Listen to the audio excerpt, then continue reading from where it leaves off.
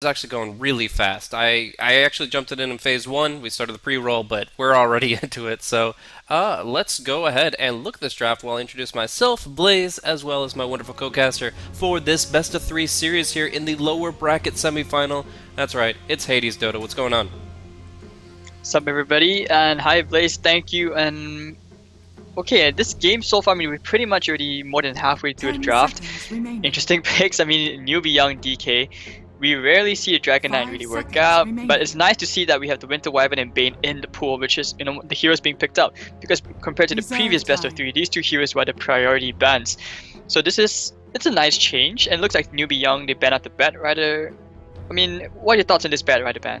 I mean, just in general, it shows respect for Inflame. I feel like in the previous series we got to see from CDEC Youth, Inflame was really the MVP. He was able to do so much on his versatile hero pool, and banning out heroes like Invoker and Batrider from under him is a big way to change CDEC's playstyle here. Might still pick up the Alchemist for the mid here, actually it's more likely than not, but with the Queen of Pain ban, we see SCC actually forced into something that's a little bit less comfortable for him. He loves his Queen of Pain, but he's going to go for the DK, and Dragon Knight versus Alchemist is definitely not a clear-cut matchup. We're going to have to see some good stack stealing from the Gyrocopter to the Dragon Knight. They shouldn't have too much trouble with that, though. They're great heroes for it. Really, what it comes down to, for me, is how well Newbee Young are going to be able to invade the jungle of CDEC Youth and really start stifling their economy, because just resting on their laurels, Newbee Young have a decent team, but the CDEC Youth with the Alchemists are going to have a better one. It feels like Newbee Young really need to look to contest, look to get involved, and look to get Radiant team active battle. on the map early. And it's also worth noting that in both these two teams, they actually have decent heroes which are good at clearing each other's stacks. So Dragon Knight, he can always go in with the Dragon form, take away Alchemist stacks. Even if it's ancient, hard camp, it doesn't make a difference. 10 seconds Gyrocopter remaining. likewise, he can come in with Call Down and flash farm the Alchemist stacks and steal it if he wants. 5 seconds And for remaining. CDEC Youth, I mean, besides the Acid Spray, you always have the Undying Tombstone. But now, when it comes down to the Reserve team fight potential, both are really scary. Bane is always good for isolating that Alchemist, but you always have to be careful about the Ancient Apparition with the Ice Blast. A really good Ice Blast can really mess around, especially with the Winter Wyvern. Absolutely. So it just comes down to timing here, and if the Ancient Emperor can get his level 6 fast enough, I think that they're in a good position to control the mid game. But obviously, Bane and Wyvern are great heroes in the laning phase. Arctic Burn, tankiness with Brain Sap, you can really start to kind of levy your advantage in each individual lane, especially if they go for the dual lane mid. Bane Dragon Knight versus an Alchemist, like, even if the Undying is supporting the Alchemist there, if Bane gets enough distance where you can't get the double decay off, I feel like Newbee Young are going to have a really substantial advantage in the early laning phase. And of course, Wyvern Gyrocopter, we've seen that a lot. And all that's left is the final piece of the puzzle here. The Phoenix is actually coming out for Newbee Young. So they're going to be running that offlane Phoenix, Wyvern Gyrocopter safe, Dragonite in the mid with Bane roaming. And the answer is going to be the Juggernaut. While the Wraith King did get banned out, Ame still feels confident in the Juggernaut here. He can still spin and hit the egg, and that's a pretty big aspect of his ability to obviously contribute to the team fight. But this does mean they have 4 melee heroes, and it makes it much more difficult to position against the Winter Wyvern. Exactly, and also against the Phoenix, so you mean Winter's Curse, the Phoenix Egg. You've got a really scary combination of fire and ice here. And whew, I mean, I worry for CDEC Youth because right now, Newbee Young, they have such a scary lineup. But the thing is, it's about the Dragon Knight mid. Because the Ancient Apparition or the Undying, I mean, the Undying comes to the mid, it's pretty much going to be a very tough lane for both the Alchemist and the Dragon Knight because of these two heroes, the Bane and the Undying. So it's going to 10 boil down to seconds probably like the remaining. off lane where the Tusk and the Phoenix will have to do their best to try and create 5 all this space and seconds find remaining. advantage. I mean, Tusk has that roaming potential to rotate to the mid compared to the Phoenix, who's not exactly good at helping out the mid. Yeah, I mean, that definitely creates some dynamic potential for CDEX lanes, but I still think the team fight of Newbee is just so scary. When you look at different abilities they're going to be able to throw down every single fight, it's going to be so difficult to actually contest them in a 5-man sense. Obviously, I'm looking at the call down, the Winter Wyvern's Ultimate, the Winter's Curse, as well as the Supernova. Those three combined together, you've got a ton of area denial that, with the Winter's Curse in particular, you can't break the egg, so you're always fighting at a disadvantage. And if there's enough chase and enough follow through with like maybe even just a drum charge being used to finish off fleeing targets, then you've got yourself a hell of an advantage in the first half of the fight, and it's just about CDEC avoiding that, playing their farming game, and getting so much net worth that ultimate advantage doesn't matter. And well, I mean, it's very hard to find a solution right now to counter into the Phoenix Egg and the Winter Wyvern. I mean, the best case scenario you can probably picture for CDEC Youth is that they get the a surprise initiation, kill off the rest of Newbee before the Phoenix Egg, because the Phoenix Egg is not that significant if you kill off the rest of the team. Alright, be right back. I have to do a quick reconnect. Sure enough. So we've got Ame here, very interesting Juggernaut set. I don't think I've seen this one, but he's roaming around. He's going to be playing the safe lane Juggernaut, actually starting with boots first. That's, I think, mostly to dodge out Fire Spirits. If he sees them coming, has the extra movement speed, he might be able to avoid getting that harassment from the Fire Spirits, which of course means he's got full attack speed on the creep wave. Very important there. Beyond that, we're going to see the movement towards this top bounty, and it looks like Inflame's got this one no problem at all. Grievel's Greed already skilled up, very confident as he moves forward. Obviously, Phoenix Icarus Dive is something scary. If the Bounty Rune Snipe comes through, it could be game-changing, but they're already ready for it. They make sure it's not a possibility, and Inflame starts himself off with 600 gold. And yep, it's going to be that dual lane mid, which specified during the draft. Things are going to be quite messy here. I like this DK set, by the way. I like the Javelin. Pretty cool stuff. Them doing I have a lot of cosmetics actually going back and forth, but Demon's going to be decaying onto the DK. Once he gets Dragon's Blood, this won't be that big of a factor, but he might be tempted to go for the Dragon Tail early. Obviously, having the bottle to sustain his mana pool, he has a chance to use that spell, but also makes himself a little vulnerable with the reduced health pool. I mean, right now, look at him! This is a Dragonite with 370 max health. You just don't see that. He's almost like a Shadow Fiend in level 1. Very vulnerable. Oh my gosh, and he's just eating more decay. He's going to really be dependent on this bottle, and it looks like he's keeping around to Crow it even, just for that reason. Again, dying is a really good pick, because when he steals strength, not only is he stealing HP, he's stealing base damage from the Dragonite as well. So that's why he's going to be not just dependent, he's going to be super dependent on this bottle. And up top lane, Ame going on Lure. Vane's going to try to look for that. He has the brain set, but here comes the Icarus Dive. But the Chilling Touch is coming out. They need one more right click. They're not going to get it actually. Yeah, this is the death. Oh, goodbye. Yeah, nicely done there. Good target switching there. Ame also dancing within the flames. He's essentially able to dodge out both instances of potential damage over time from the Icarus Dive. Actually, going to be a death of the Wyvern down bottom as June just goes in aggressive, finds an opportunity to make a 1-for-1 happen. You can argue that that's worth it. Okay, I don't know what's going on with him, but yeah, You might want to mute all chat. Yeah, sometimes it works, sometimes it doesn't. I guess it depends on like what kind of, if it's a player, if it's a spectator. But anyways, what I was saying is, yeah, essentially some people would argue that that's really good for the Tusk because it gets that solo experience on a kill. But of course, you are feeding Gyrocopter a little bit of gold momentum.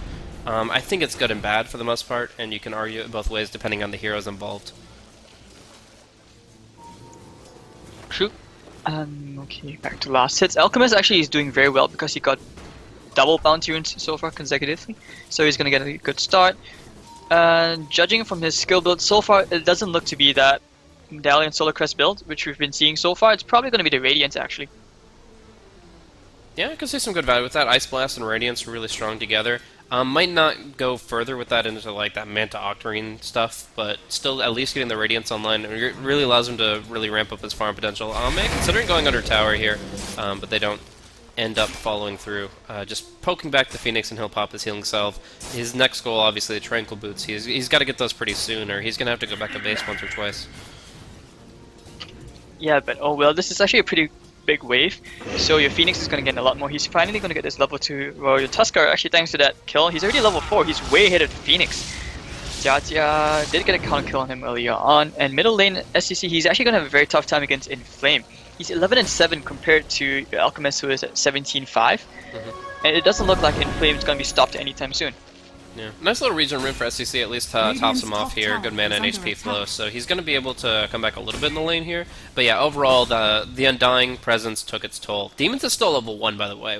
Arguably the best level 1 hero because of the Strength of Decay, but at the same time, He did obviously commit a lot to roaming mid and bottom and mid and bottom, and has really not made much time for himself. Radiant's top tower is under attack. So being a selfless support and Inflame, he gets another bounty. There's 3 bounties already. And actually, no, wait. May not be Radiance after all. He does go for Treads first. Okay. So yeah, and even seeing the Sage's Mask, yeah, we're going to be definitely seeing that Medallion build up, so just a little bit delayed in the concoction, but that's fine. Acid Spray, obviously great against the melee in a 1v1 matchup, just kind of forcing him off the creep wave multiple times over, so Inflame getting things done, and he's still going to be involved very early on. Demons needs like the Tombstone. He needs to be level 4. Then they can start to pressure this Gyrocopter a bit more. Otherwise, yeah, it's just a stalemate for now. Phoenix is still very far from level 6. Yeah, of course he's going to be struggling here. He's getting some dueling help from the Bane. He's going to get a pull here to try to reset the creep equilibrium, but just all in all, this is not the game for him. It's going to be slow progression. He's still going to... Even level 1 egg is going to be good here because of the Wyvern ultimate, the Call Down, as mentioned before, but he's definitely going to want to build up something like a Midas or something to still be high impact towards the mid to late game. Right now, stronger mid game, stronger mid. I think it's quite even, but maybe even edge just because of the Gyrocopter. That's where he usually should peak. Right now, I'm just concerned about the Dragon Knight, whether he can actually take these stacks, because I'm pretty sure CDEC, they're planning to steal this because of this Observer Ward over here. They didn't block it out, so they probably do plan to take it from the Dragon Knight. I really like this rotation from Inflame. Going into the jungle here, even though these camps aren't stacked, it's not the most efficient use of his time, he's getting Demon solo experience, which is so important. The fact that the Undying can actually build up his levels while while Inflame gets a decent amount from the jungle through Spray and Greed is actually going to be huge, and then of course it's perfectly timed with the 6-minute spawn of the Bounty Rune. He's going to stack up the camp with an Acid Spray hit, and he's still going to be able to get himself yet another Bounty Rune. Make that 4. And it's so funny looking at last hits and then looking at net worth. This Alchemist is 0-0-0 on KDA. He's equal in last hits to most of the heroes on the map. In fact, he's 7 last hits behind the Gyrocopter, and yet because of Grievel's Greed and because of all these bounty runes, he's over 1100 net worth already ahead of anybody else on the map. Yeah, and on Dragon Knight, he pops his Dragon form. He wants to be pushing this bottom lane. They want to just take a bit of pressure off the mid, but I don't think Alchemist even cares, because, like you mentioned, he's just giving solo EXP to Demons, who apparently doesn't want it anymore. So, yeah, he's just back to the bottom lane trying to defend. Well, he did see the Dragon form, so it would be a pity to give that up. It's only a level 1 Tombstone if he decides to go for it, but it's really not worth it. The level 1 Tombstone is pretty much a free 50 gold. Or 75. So, we're going to be seeing him rotate to defend the tower. I'm having a small lag spike here, unfortunately, some packet loss from Perfect World. If that does not dissipate, I'm going to have to reset, but just suddenly, it was perfectly smooth. I think I had a dropout for like 30 seconds at the beginning, and then since then I've been absolutely fine, but now we've got some problems. So you'll have to do a bit of radio casting while I reconnect in. No problem, and Perfect Will, so that's your problem world service. Over here, Phoenix is getting closer to level 6, so that should be noted that CDEC is probably going to be a bit more like passive in terms of the playstyle, because you don't want to be fighting into both the egg and the curse. But then again, the bright side MMR, he's only halfway to level 6. He's getting close to level 4. So you can see here that Jiajia's giving a bit of solo EXP to the Winter Wyvern at the bottom lane. But top lane, I think they should, yeah, they want to get a kill, but they just don't have the stuns to lock or cancel the dive. Over here in Flame, we'll have the Medallion and Tread, so Solar Crest coming up soon. With the bottle, he's always going to be very, very healthy. Luz decided to stack the Heart Camp as well, seeing as it's a very healthy 4-stack of Ancients for the Dragon Knight later on. And yep, you should be getting it soon. Yeah, I mean, you have to be level 11 for the Dragon Knight. You can do it pretty much as soon as level 7 comes out for the Gyrocopter, though it will take about like 90 seconds to clear it out. So, do you think they're going to leave it on the map all the way until DK hits level 11, or do they just have to get the Gyrocopter to take it as soon as possible? Gyro has to take it as soon as possible. Because right now, the Gyro is the one who has to create the space for the DK. It's not the other way around. DK takes quite a while to come online, and Chinese teams, they do know that. So that's why they always go for a Gyro and a DK together. CDEC Youth, they're perfectly fine with this though, because this pace of this game is really slow.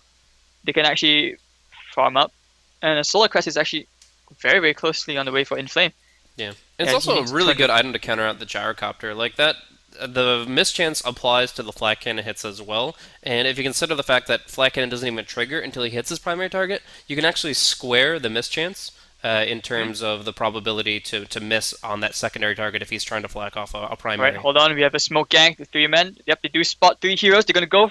Oh, Snowball, that's a bad idea, but no, they will kill the Gyro before he gets his called on off. And Ancient Aberration will find himself another kill, so 2 for 0. And the Tombstone is up as well. SCC gonna fall, so double kill for the Undying. And the Winter Vibrant will kill off the Tusk. But no, the Blade Dance is gonna kill MRR. It's gonna be a 4 for 1 trade. The Tusker does fall, but alright, and no egg was used this day. And just like that, CDEC with a very nice smoke rotation, it's perfect timing. Well timed actually to just kill the Gyro before he got any of his spells off. They were very quick on that one, and this T1 should go the way of CDEC Youth.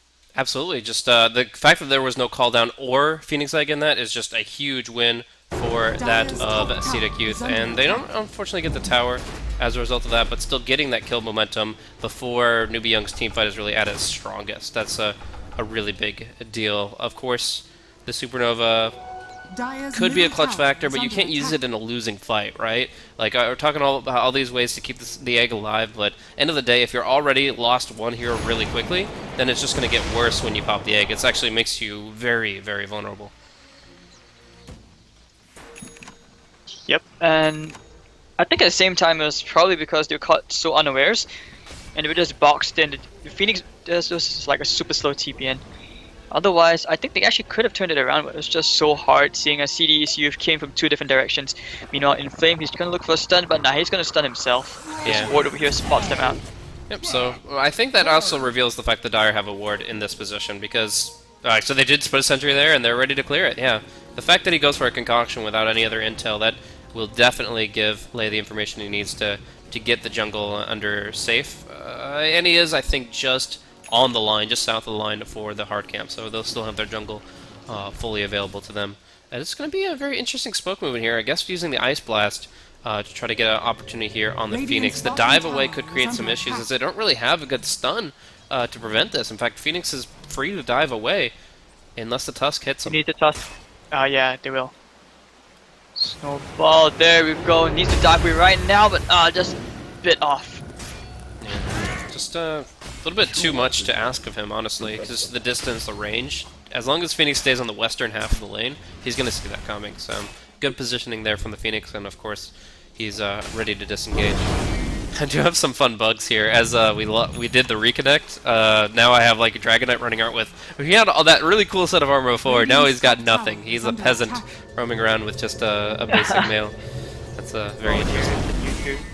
You want to do a quick reconnect? I think one more reconnect. No, I'm good. I'm good now. It's just some silly bugs in the aftermath.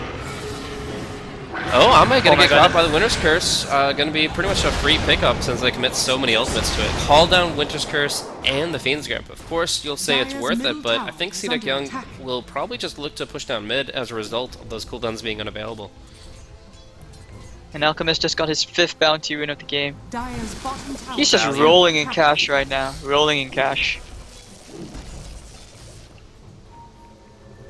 So I think Alchemist is just going to solo push the tower down. Essentially, what Newbee Young think that CDEC Youth are going to do is just go mid, but because of just essentially just rotating top, because they're like, okay, well, if we go mid, you're going to trade 1-for-1 on towers, but you're the ones with no ultimates, so we're going to put some pressure out here. And I think that even without the Tombstone, they can not only hold their top lane, but take down the mid. Inflame already taking down the tier 1.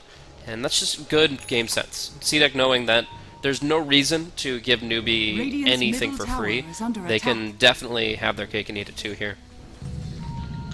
And this actually opens up Roshan for them because of the Solar Crest and the Juggernaut. They can really take Roshan quite easily, but they need to win one more team fight. And yeah, he just got a blanket as well, so Inflame will be able to initiate fights. Complements this Invis rune, so maybe he might be thinking about it, or just getting a quick rotation to the top and take this T1. For now, Dire probably focus mostly on the top lane. You look at their wards, and their Observer wards very recently placed, obviously for the exchange they just had in the jungle against the Bane, but also towards this top rune area. So they definitely want to prioritize taking this tier 1 tower down, and they're just using vision to kind of give them the opening for it. Yeah, it's pretty much what is the wiser decision at the moment. You force them to the top, you win a team fight there, then yeah, it makes things much easier. But actually, wait, Inflame. Oh, he's gonna get the full duration off, almost, and Inflame is coming in for love. We have a Nova, he might be forced to, yeah, there we go. It's gonna combine with the Winter Wyvern's Curse, and Egg is gonna get the full duration off, and 125 gold going to Jia Jia. He gets a huge kill on the Alchemist. Yeah, and like I actually that was so smart. They had the Sentry Ward. They could have reacted a lot better to that situation in terms of preventing the initiation, but they actually just let him walk into his own demise. He goes in all the way to the Bane, and that far you can't escape. They just pretty much chain stun him from there. It's actually a really well thought out bait. He just kind of sits there as if he doesn't see him, just to make sure that he doesn't scare him off. Another reason why fighting at the top lane is good for a CDEC is because Gyrocopter and Dragonite want to take advantage of the jungle. They want to be not only fighting, but farming at the most efficient pace. And when you're forced into top lane, and maybe you only have like one camp to work with from the Dire side, you're really not taking advantage of the map. So they're going to try to break away from this top lane. They're going to try to get back into their jungle, and we're going to see Jia Jia make his way down bottom, which actually might leave him vulnerable here. Ice Blast. It's on cooldown for now, but they're still going to take a lot of damage. I didn't get the Acid Spray down, but the Solar Crest, the Cold Feet, the right clicks, and that's the death of the Gyrocopter. He has a Fiend's Grip. Interesting. Gonna actually Fiends on Icy, kill him off quick, and they're gonna get the damage over time on Inflame. So now they Blink Stun, SCC picks up a Blink Dagger of his own, and while Inflame will get that concoction off, he might not get away. Chemical Rage is expiring, but of course he gets the blink away. So Ame here on top lane, tier 2 glyph forced out, and at least for now, CDEC in a pretty good position on both sides of the map. He went for the Fiend's Grip on the AA, not only because he wanted to prevent the Ice Blast, but at the same time it was not damage efficient on the Alchemist since he did have the Chemical Rage on. So it was better like securing and killing the AA, and this way they could spend more resources, you know, fighting the Alchemist, but no. And they do get a top T1. Yep, so pretty solid, though the tier 2 does tick down to 288. It won't be falling just yet. A lot of Midas is actually going to be coming out this game. I was thinking that there was a possibility that one of the two teams couldn't afford to go for Midas, just because of how active this game would be. But it looks like both sides are going to commit to exactly one. One for the Ancient Apparition of Icy, and one for the Phoenix.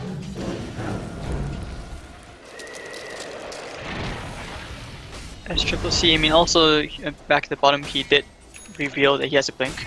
So CDEC have to be very careful now. And Inflame, Sanj, and Yasha on the way. Gyro is really getting closer to his own, but it could be just a casual battle strength into a BKB. That could help.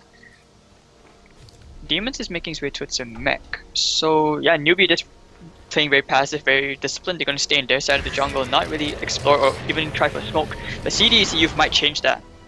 Do they have a smoke? Yeah, they do. Yep, Ancient Apparition has it available. Inflame even coming into range, so they can go for the 4-man play. Pinging out Roshan. They think they're going to have to scout it. Instead, they're going to be in a heavy confrontation very quick with the call down slow, though Inflame does get the concoction off just before a beautiful Winter's Curse onto all of them. The Omni Slash not available just yet. The Phoenix Egg on the high ground. Will they actually be able to break it? No, they're running. They're scattering like flies, and we're going to see June isolated completely. SCC will bring him down very quickly. Nice combo of nukes, and maybe even considering Roche, not with those ultimates down. If the Gyrocopter didn't die in the process, then they'd have enough damage to do it with or without ultis. But since they don't have ultis and they don't have a Gyrocopter, they have to just go for the easy objective, which is the tier 1. There's still an Omni Slash available, but Ame probably can't do anything alone since he's only level 10. Some of the requirements at least would be to take care of the Alchemist. The Alchemist was down, they probably could have fought since there is no Tombstone. The Juggernaut Omni Slash is not that big right now since they have, you know, all these amazing heroes which can deal with it pretty well, like the Winter's Curse. So I mean the Cold Embrace. So yeah, just gonna leave it be, and Dragonite denying more runes to the Alchemist. And the TP is gonna come into the bottom again. CDEC very eager to take control of this part of the Radiant jungle. Gotta say, though, that was a great Ice Shard from June. If they didn't have that Ice Shard, they probably wouldn't have caught the Gyrocopter, and then it would just be disastrous for CDEC. But they do catch the Gyro, big pickoff for them. And without hesitation, those ultimate cooldowns are costing Newbee a foothold here. These 30 seconds are ones that CDEC will happily take advantage of. knowing the timing, knowing the risk, they go in for Roshan, all of them, and there's nothing that Newbee really can do about it, thanks to that fight not going as disastrously for CDEC as it could have. Now, yep, they just want to farm, get more items up. The good thing about CDEC is that, you know, their lineup can fight so much more often compared to Newbee Young, where they're so dependent on their ults. So without the Nova, without the Curse, they, like you mentioned, they really can't do anything. Yeah, other than Omni Slash, they don't have any major cooldown. Everything's like 45 seconds or less, with the exception of the Omni Slash, and that's a big deal, just being able to continue to make the engagements happen. Whereas the Winter's Curse and Supernova will be used in conjunction with one another, and there's always going to be that timing window they can maybe exploit. Radiant's bottom tower has Phoenix fallen. tried to slow down the push, but to no avail. So now they're going to just try and push the top lane, but nah, CDEC already back to top and to defend it out. June is going towards the Glimmer Cape, so that's really good, especially against, it's going to help maybe kite around the Alchemist. If he gets the right target, the Glimmer Cape, it's going to save him. And of course from the Juggernaut Omni Slash. And there is a possibility that later on he could disassemble that for a surprise Shadow Blade that could also find pickoff opportunities. So no matter what, this is a great pickup that has some versatility and will be able to mitigate some of the major damage components of Newbee Young's lineup. So right now the game plan for CDEC Youth, I guess, just drag it out a bit more. Yeah, they don't. But They want to push not with the yet. Aegis, but they don't want to push without the mechanism. So they kind of are caught between two awkward positions, where Demon's is 700 gold away from the mech with no easy way to get that. It's not that ideal at the same time. I mean, to just go back and farm. I mean, you probably want to be like taking a couple more T2 objectives, but Newbee have a pretty good defensive high ground, like defense at the same time. It's just not easy to break against Newbee Young if they don't want to fight. They can just avoid it the whole time. SCCC getting closer to his BKB, and we're going to see a 3-man smoke coming from CDEC Youth. Yeah, I mean, when you're pushing Ame down all the way bottom, you don't really expect the smoke coming in, so it's a very high likelihood they'll pick up the Dragon Knight, but it is going to be the Observer Ward that scouts out the Phoenix, and he's going to be the pick instead. No hope for him. Phoenix goes down to the Icarus dive, the Ancient Apparition shatters him, and then Dragon Knight ends up just TPing back home, blinking into the tree line.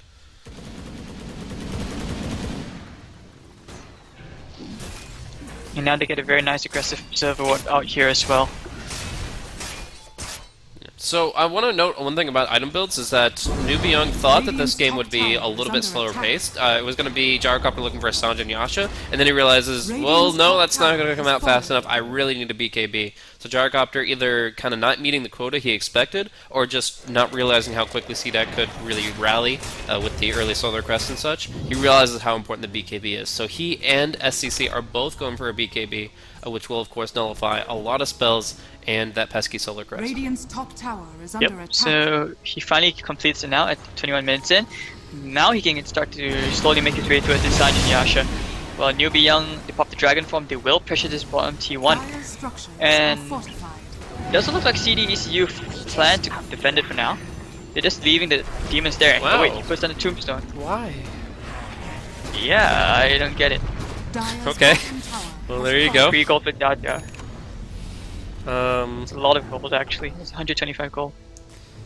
He just, here you go, have some money, and he raises it from the depths. I don't know. Whatever, not that consequential, but a little bit odd. Either way, we've got ourselves Mantle Style up on Juggernaut. Obviously great movement speed, attack speed now, some split push potential Dire's for bottom him. tower is under attack. Is there anything to like dodge or evade? I actually feel like, other than maybe some mind games against the Bane, you're not actually going to be able to get too much out of the illusions in a combat environment. I'm not sure, can you disengage, like can you dodge the Fire Spirits? Does it purge it if you pop the Mantle Star? I can't recall, honestly. If it does, that's obviously beneficial, but I'm not too sure, to be honest. I think it does, yeah. Alright, so Ward's gonna spell out June. It just expired in SCCC, looking for the blink, not gonna get it, and June very lucky. The Warriors and the Dragon Knight will just blink away from each other apparently. Yep. And Alchemist, back to farming Ancients, has his S and Y completed, he's just tanky and ready to fight. So the Aegis will be expiring here in just 20 seconds time, so they didn't obviously get to make much use of that, but they are getting map control overall. Like, just having map control as an Alchemist team, you're already able to really say that, count that as a win. And so they're taking the Radiant jungle, they use the Dire jungle and the Ancients quite efficiently. And of course they did have the confidence to go for one pickoff as well, so all in all, good movement from CDEC. I think Ame wants to try for solo Omni Slash. He's been pinged out by MR already. And Old Embrace maybe. Glimmer Cape. There we go. Actually, he's gonna get the kill. The Tuskar shards will finish him off just in the nick of time. And Jiajia's just gonna run away. So they do get a tiny pick, but otherwise that's the end of that. Inflame goes back to farming and pushing out the lanes. June's gonna keep pushing out the T1. Well, SC wants to get some chip damage. He may be able to get this. Oh, but the Corrosive Breath will actually finish off SCCC. He's not going to pop his BKB. Wait, he goes back in! He wants June. That's really aggressive, but where's the backup? He has 2 heroes on the way. June using the Sigil to slow him down. Yeah, it looks like he'll be able to get his distance and he'll be okay. I mean, yeah, Bane is coming in Oh, with he the flank stuck and the around for Force too long. Staff. And I'm lagging out again. Oh, Perfect World is not being my friend, but Tusk does fall as a result of the, I believe, the Force Staff play there from Bane. Yep, so Phoenix Grip and Inflame meanwhile stuns himself up, trying to go into Phoenix or the Wyvern. And looks like he will go for the Shiva soon. I think they want to defend this. They do have the Egg, they do have the Winter's Curse, they have all the ults needed except the Phoenix Grip, but it should be enough. Otherwise, nope. Inflame gonna pick up another Bounty Rune. He's like had like 7 this game or something. So guys, don't worry about adjusting your stream. It is not lag on my end or the streams. It is simply the connection to the Perfect World through the firewall, and it's not working out too well. But SCC, Dragon's Blood maxed out means that concoction doesn't do too much in terms of damage, and they'll just keep them on their toes, keep them suppressed while they again spread the map. And Lut's gonna find that aggressive observer ward placed by CDEC Youth, takes it out, and CDEC now blind in the enemy jungle. Can't really do anything about it. So BKB 10 on the gyrocopter as 9 seconds on the DK. Are they actually in a position to fight now that they have ultimates and BKBs, or is it still going to be too much lane pressure from CDEC? They'll just keep avoiding fights.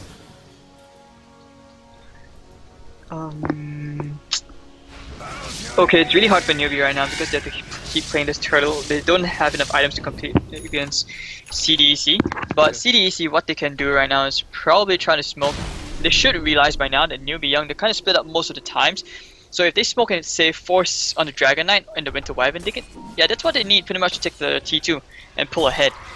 What they're doing right now is not really accomplishing much. You can see that Demons is just AFK at the T1.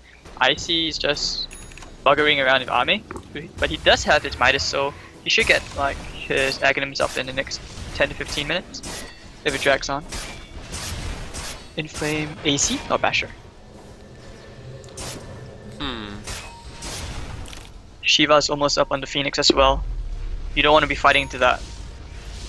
I could see BKB being pretty strong for Inflame too. Well, only one hero is going to get Winter's Curse, so like you want to have the BKB to negate the secondary effect of Winter's Curse. Obviously the Fiend's Grip still goes through, but like there's still a lot of random stuns that you can avoid just having that BKB. But he is going to go for the AC first and foremost, and that's of course going to build him up nicely in terms of just overall team fight as well as farming speed.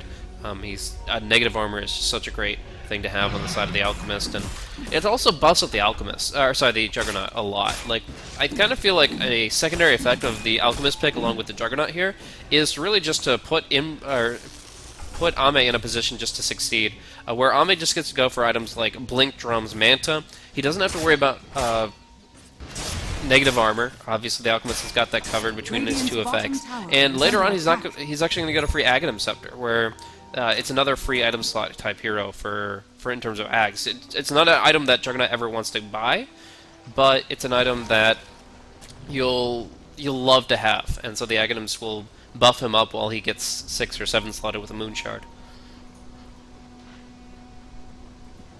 And wait, oh hold on, Newbee Young, they're smoked up. Can they find anything? Nope, looks like they just back off.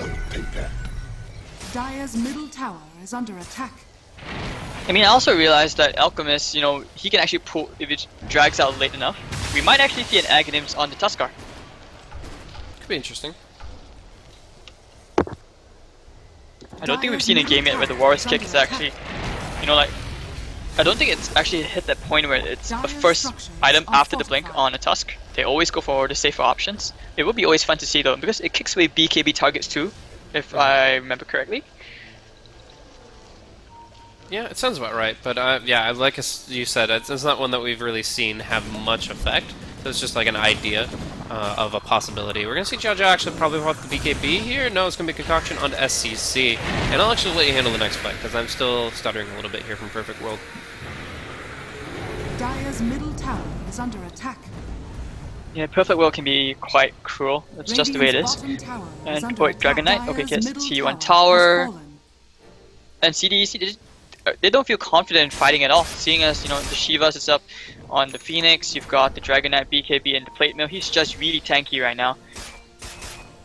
Yeah, I mean, in 2 levels, Phoenix is going to hit his peak. Level 16 Phoenix Radiant's Shiva's bottom Guard tower is something is you under just attack. can't handle with Newbee's team behind him, or pretty much even without. The low base attack time of the Alchemist is nice, but it's still not going to be the biggest factor. Juggernaut is going for a Diffusal Blade, which I find quite curious. Manta Diffusal is an item that I've seen, a combo that I've seen a couple of times more recently on the Juggernaut. There's a few players that like it a lot more than others, though. And, oh, we're going to see a big fight in contesting this pit, since they've scouted it out, and they're ready to go with the Winter Wyvern. Dire's top tower is under attack. Roshan has fallen to the down. Double damage. Alright, might have lost Hades there, but Phoenix is going to be stunned up by a simple concoction. There is going to be the tombstone on the cliff. Moving forward here, Ame gets the Omni Slash out, but they're just going to Supernova. Helicopter taking a lot of damage here, and he is going to be barely Glimmer embracing away. It is going to be the Phoenix Egg to pop. Phoenix Grab out on June will actually survive. The Bane will go down, and now the Aegis will be popped on that Juggernaut. So he's going to be coming back, blinking forward, trying to find a final kill on Gyrocopter, spinning through the Sunray, who the Glimmer, it kind of at least gets scouted by the Centaur where they see Jiao Jiao's path, and they will pursue him to the end. But SCC still here, still ready, with a lot of HP to work around. Jiao Jiao will finally fall. Second cooldown coming out. He starts and ends the fight with a cooldown, but SCC gets his Dragon Form out, stuns, and then blinks away while the Snowball pursues. Are there Ice Shards? There's no mana for it, and the Tombstone only gets one zombie out on the Phoenix, who still Icarus dives away. Alchemist will blink, stun forward, and Dragon Knight looks to be finished off in the end. God, the Phoenix is just probably gonna die here. Yep. Trying to keep the Dragon Knight alive, but looks like it's in vain. Yep, sorry I got disconnected for a while there. Perfect well, apparently, I'm not sure. Maybe my internet's being a bit hiccupy, but otherwise, yeah, I think Jia Jia went in too early without the team miscommunication. His BKB was on for the longest time and he didn't do anything, and they couldn't even clear the Tombstone. And at the same time, I think there was a screw up on the Phoenix part because he went for the Icarus dive. He didn't get the Fire Spirits in anybody with the Shivas, and his egg was just quite useless actually. Well, I So mean, CDEC at least it didn't die, but yeah, I definitely think that Yeah. he could have at least gotten a little bit more value, because you get it back for free, all the cooldowns reset.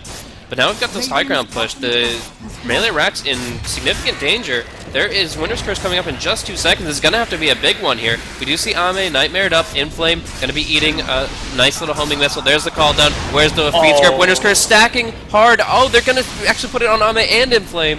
And they're going to try to focus down the Juggernaut as he runs away. BKB pop to pursue. Won't be concocted, but still, Ame gets that blink back. They'll force everything here, and they might only lose the Ancient Apparition. Undying, also in question. He doesn't have mana for TP just yet, but it looks like he's going to get enough distance. He can just hide in the trees. So the tier 3 fell. The melee rack's down to 430 HP, but only it looks like Icy. Oh, barely getting finished off by that homing missile. Probably would have made it if he did that like earlier, because the missile gets faster and faster the longer it's in the air. So yeah, if he was like maybe half a second quicker on the 4-step TP, he definitely would have made it. And okay, so CDEC Youth, I mean, they get a T3, they get minimal casualties, just losing the AA. So nothing of value is really lost. Alrighty, so now we have a position where Alchemist and Juggernaut are really trying to build up their next big items. Butterfly for the Juggernaut, but what are we looking for this Alchemist? Abyssal Blade, a possibility. Heart isn't the worst. Octarine Core, even if you want to make sure your Chemical Rage is almost always off cooldown. Do you have a favorite item at this position in the game? On which hero? Sorry. On the again? Alchemist. I mean, Abyssal Blade seems really good because of all the BKBs you're up against, but I'm not 100% convinced. I would definitely favor the Abyssal. I actually like that item a lot, seeing as it could be the one way. Since he has the blink, he's probably the most mobile here at the moment who can stop a Fiend Script if necessary. And if Flame commits himself to doing that because he's so tanky at the same time, he can really screw up things for Newbee, and this is what he needs. But he probably won't go for that. If anything, he's going to use to taking out like the Dragon Knight or Gyro. But Gyro is still so far behind. Maybe can complete the Sanj for the S and Y now. He still needs so much more. He's just so far behind. Yeah. Phoenix needs to do more in this game. Yeah, I suppose so. The egg upgrade will not only increase the attacks to destroy, but will give him 20 more damage per second, as well as an extra half second on the stun. But overall, just, I mean, what can the Phoenix do differently? Like, I feel like he's pretty much playing, obviously you mentioned the Fire Spirits and kind of getting more value out of that, but otherwise, like, is there an item that he could go that would be really changing? He's getting all his spells off. It's not like he needs a Yules or a BKB. Hex? I don't know. Maybe a Refresher Soul. That's probably one big item you would need. Yeah, but I think at that point you just give farm to like the Winter Wyvern or somebody instead and get them a refresher orb that really matters. They're smoked up, and Newbee Young just gonna they're just gonna dodge. They sense the danger since all the lanes. Yeah, the top lane is quite pushed in. It's a huge wave and nobody's there, so they pretty much guessed where CDEC is. That's just good game sense and map awareness.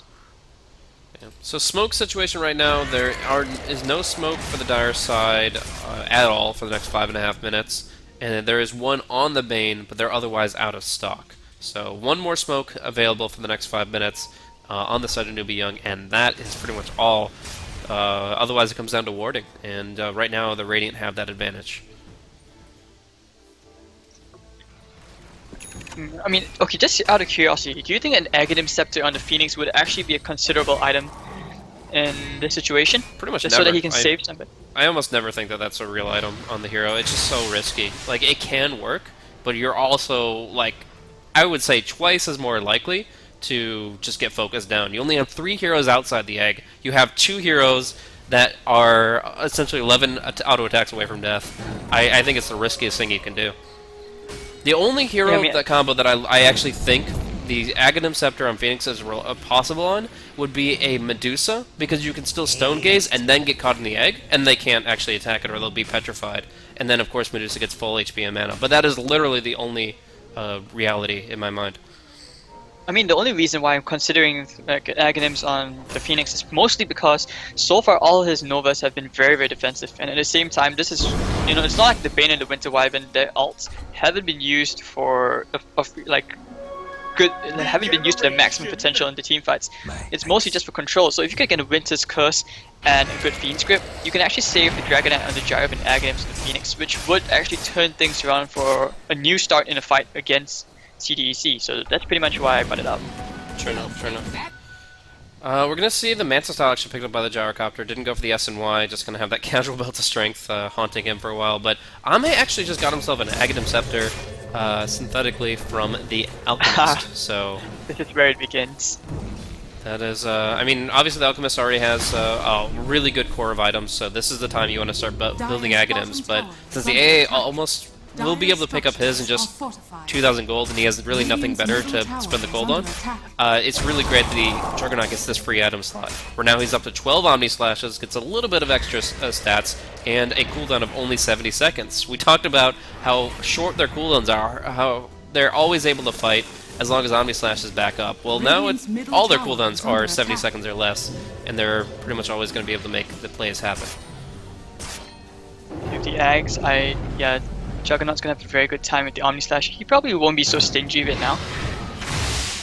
And looks like he's going for the Butterfly pretty soon. He's just 1,000 gold away from it, a bit of 1,000. Waiting for the next Roshan. That's going to be spawning right after they left the pit, so it looks like both teams will be unaware of this for some time. And I guess that favors Newbee since they're not really in a position to move on it, whereas like if Inflame knew about it, he'd be in the pit right now.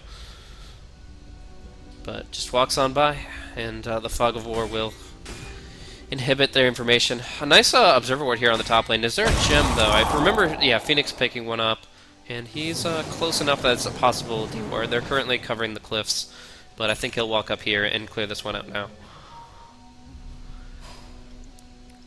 I mean, when you look at the net worth distribution, do you think that, you know, despite the Bane being so low in net worth chart, do you think he's still able to play a huge impact in the fights? Yeah, I mean, the 4 staff is plenty, honestly. Like, obviously, you'd love to have yourself, like, a Lincoln Sphere or something to make those Fiend Script that much more reliable, but honestly, the way he's been running his disables this game has still been pretty high impact, and I think, yeah, somebody has to play the 5 position. You don't want the Wyvern to play 5 here. The Wyvern needs to have a late game possibility of a Refresher Orb. He's got Glimmer now, might go for a Blink or 4 staff next, but he has to consider like the 60-minute Refresher that could be game winning. And I feel like getting the Bane farm priority when he's already got enough to be relevant, it would be a mistake. And actually, Newbee walking into the pit, cheese on this Roshan, so very important. But CDEC, they will know that Roshan is probably happening, or they're going to guess where they are. Precisely because the bottom lane is pushed in. It's actually at the doorstep of the enemy base, but there's nobody defending the Radiant side. And at the same time, NewBee, they cannot afford to give away this Roshan. Otherwise, it's high ground, but it's already too late. CDEC, they will claim Aegis and Cheese. Yep, Aegis going to the Juggernaut, Cheese to the Alchemist as they drop their drums. But really interesting pickup is the Lotus Orb on the Tusk. I'll always have to consider it in his possible item builds just because this hero loves to bring utility to the fights. But obviously so good against Bane, against the Dragon Knight's Dragon Tail, and most importantly the Winter's Curse.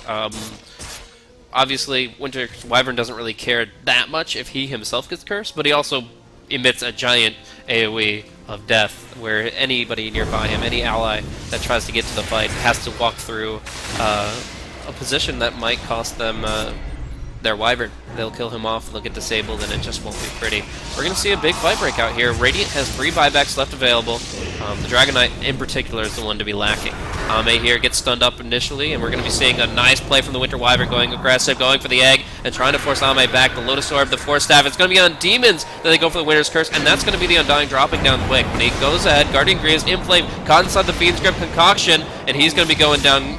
Oh no, losing the Alchemist, now popping the Aegis. Despite a great Ice Blast, it looks like CDEC can't get a single kill in this fight. They've already lost too much. Now Ame is going to be going down too. He tries to flutter away, but Blink Stun knocks him out. That's going to be a huge defense for Newbee. Committing all their ultimates, down his slash, bouncing around. Ame trying to blink out at the end of it, but in the end, it's still going to be 3 major kills going out against CDEC.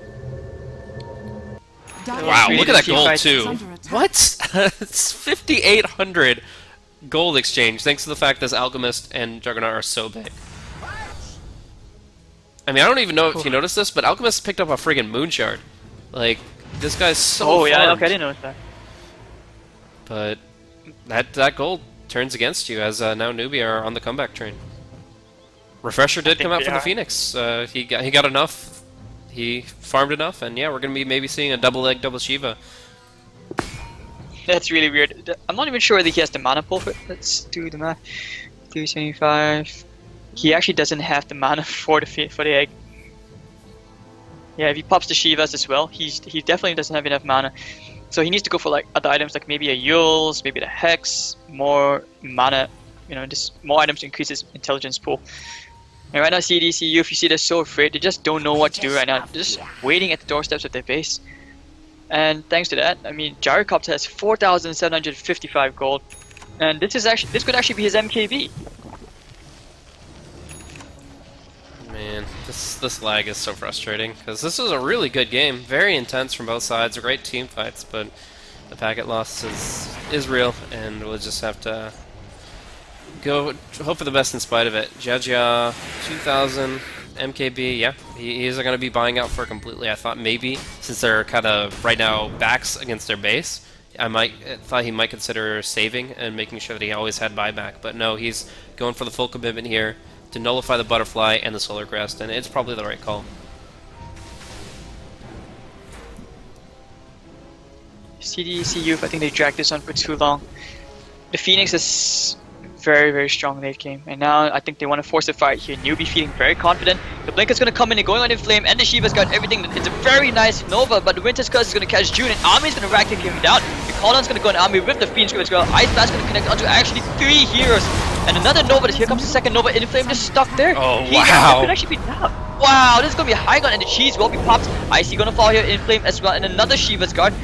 Inflame's just gonna die here, and Demons can't do anything. Oh, actually, maybe not. The Sorb's gonna keep him alive. Inflame, he needs to throw the stun. Laser from the Phoenix is gonna kill him off. The Juggernaut and the Omni Slash is gonna kill one here at the back. That's just the Bane.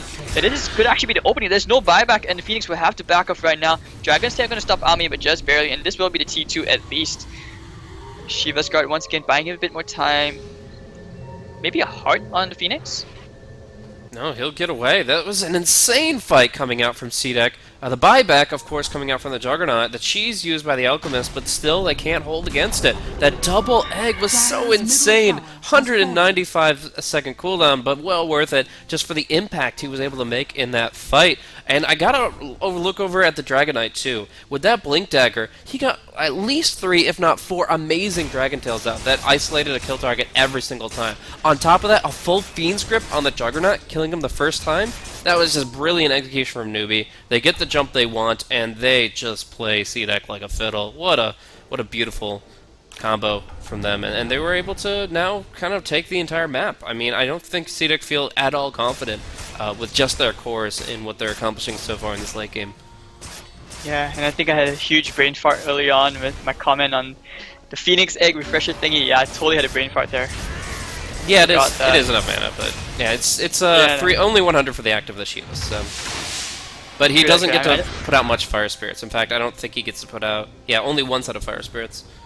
And when you were talking about it, he couldn't put out any. Yeah, I mean, I guess I kind of view the Phoenix in a way as something like a Tidehunter instead, because I rarely see refresher on a Phoenix, so I had a brain fart there. Sorry for that. Okay, and I think Newbee, they can definitely win this game right now. This is definitely their game to lose, since the gold graph has dropped a huge 20,000 drop all the way in favor of Newbee now.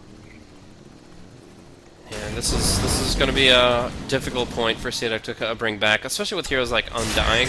I mean, Guardian Greaves are great, but the hero himself doesn't really contribute that much in this late game stage unless he gets fed in Aghanims, which I'm not sure the Alchemist can afford another.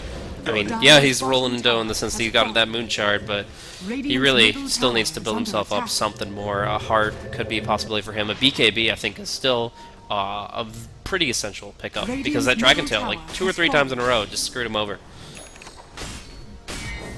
And Dragonite's making his way to it, an MKB as well, and a heart.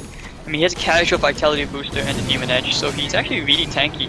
And this heal from the Phoenix is just so much. It's probably going to be a heart afterwards. He already has 1,600 HP, so heal is 6%. It's supposed to heal like 2.5% HP per second. That's actually a lot.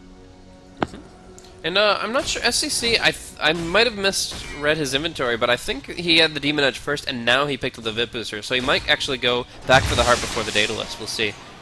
I think. Really? No, I thought he had the booster early on. Yeah, he already had the booster. I might have missed it. I definitely haven't been clicking on him as much as a few of these other guys that have been just skyrocketing in items. Gyrocopter and DK's progression has been pretty gradual, I would say. Demons, he's been nullified so bad. It's like the Tombstone doesn't even matter right now. He's pretty much a non-factor. The only thing you can do and hope for is a really good Ice Blast.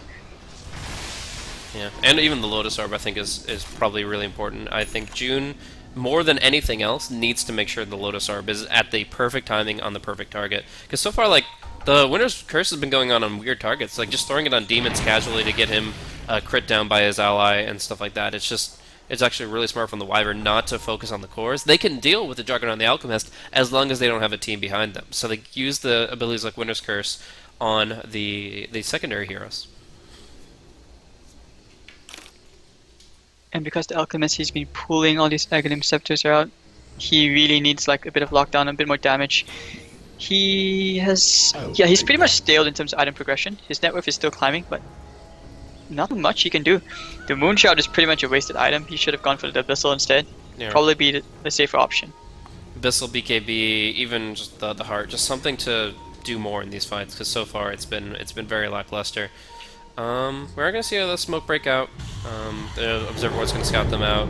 Roshan not going to be up for a little bit here. So, in the end, Newbee at least don't find what would otherwise be like a game-winning pickup. If they find somebody there with that smoke play, then CDEC cannot hold 5v4, and they don't. Well, they only have buyback on Inflame. Inflame. Finally, we get a BKB on Ame, so at least he's going to be able to nullify some of those effects, either the Nightmare or the Dragon Tail are the two I'm looking at. But will that actually give them the ability to focus the egg? Because I feel like now that they know about the Refresher Orb, and they know what they're up against, they have to say, let's just kill the first egg, so we don't have to worry about the second one. I feel like it's worth committing for it, even if you lose a hero or two during it. The problem is whether or not MRR actually lets that happen, thanks to the, of course, great disable he brings.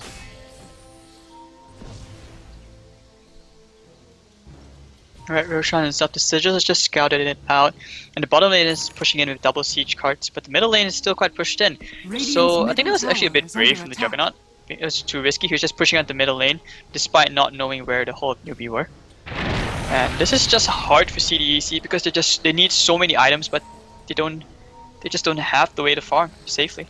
Yeah, at least they got the BKBs up though. Like that's a huge difference in their previous team fight to the next one. Juggernaut and Alchemist both have them. And I don't think that they're favored in the next fight, but they at least have a chance. Whereas before, all these spells were just making it so easy to kite them, and they couldn't be actually impactful.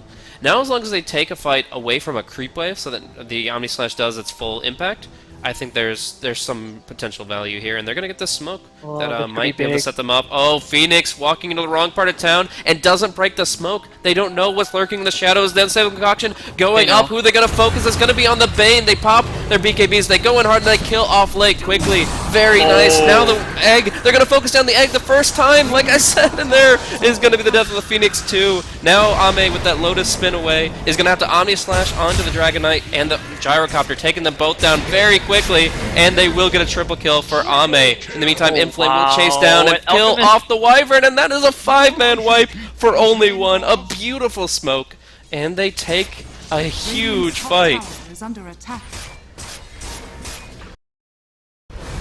Just wow. I mean, they made the right decision, like you said. They just destroyed the Phoenix egg, and now CDEC looks like they're back in the game. Newbee just not responding the right way. The egg was just way too near in the middle of everybody. Maybe a bit further back or up on the high ground would have been enough to definitely win them the fight. So the refreshers are actually not even getting a chance to pop off even the first egg. CDEC looks like they will force buybacks out from Newbee Young as they charge down the mid. Yeah, some inventory issues, first world problems coming up for CDEC Young as they are trying to figure out what to leave in the pit. AA carries the cheese, drops his Midas, and picks up the Juggernaut's Diffusal Blade. Just carting things around, but yeah, there's no time for worrying about that. They want to take racks as quickly as possible. No buybacks to be forced as it's down to the 22nd. Oh, they are buying back. They have to buy back on the DK too, though. This is 2 core buybacks at sub 25 seconds. I assume. I mean, why else would the Gyrocopter buy back here? It's going to be maybe a Fiend's Grip here on Ame. He's all by himself. June can get the Lotus Orb, but that's not going to nullify the effects in place. Phoenix just going for the dive for now. Bringing Ame very low. That's going to be the Aegis Force as they curse him up. But that's a big winner's curse to commit, as now they come back with everybody, and Phoenix in some real trouble. Pops the Refresher, pops the egg, and now it's being focused down by Inflame, going down quickly with nothing to cover him. He's going to have to buy back. Now we see big damage coming out from CDEC. They have the Omni Slash as soon as this stun expires, and it's going to go out onto Chia Chia. Again, he doesn't mantle the Omni Slash, and he can't spread the damage. It's a wipe. It's a 5-man wipe and an ultra kill for Ame as CDEC Young surge forth to victory here in Game 1. Against all odds. It looks so difficult after so many failed fights, but CDEC get their BKBs out and they put them to work, taking Game 1 in style, 27-17. I think they were very worried there when it looked like Newbee had the comeback chance. But the Phoenix, oh my god, I can't emphasize that he used the Refresher. He was so desperate to get the egg off. He used the Refresher even though there's like 7 seconds left on his cooldown for the Nova. And at the same time, he just did a suicide dive. He just went in the middle of 5 heroes, hoping his team would back him up, but he didn't realize that everyone was so far behind that he just died. It was just a dieback. So CDEC Youth proving their grit. They overcome Newbee Youth in an amazing fashion. Newbee just throwing away the chance at a comeback. Yeah, I really feel like the Winter Wyvern farm priority should have been there. If the Wyvern had a refresher orb at this like 52-minute stage, then I think they have a much firmer grasp on the game. But as it turned out, just quick kills on the Bane, and then of course their focus on the egg. That's the weakness of a refresher. That's the weakness of an Aghanim's on the Phoenix. You just give them the enemy team more incentive to focus everything they've got on that egg. And in this case, the big mistake was, in fact, the Wyvern ulti was used out of sync with the Phoenixes because you have to have one to cover the other. Otherwise, it's just not going to work. So in the end, it's going to be a successful game one for CDEC, and they are looking strong going into game two. Obviously, showing a lot of fortitude, mental discipline, and just ability to come back from a bit of despair. That's going to be bringing us to game two. Obviously, we had some slideshow issues in game one. I apologize for the issues with Perfect World. That is completely out of my control. It's just something we have to bear with, and hopefully something that plays a little nicer going into game two. We'll be seeing that game come up in just a few minutes here. Once again, thanks for tuning in. I myself am Blaze. You can follow me at BlazeCasting on Twitter with my wonderful co-caster Hades at Hades Dota. We'll be seeing you guys in about, I would say, 4 or 5 minutes time for game 2 of Newbee Young versus CDEC Youth. See you then.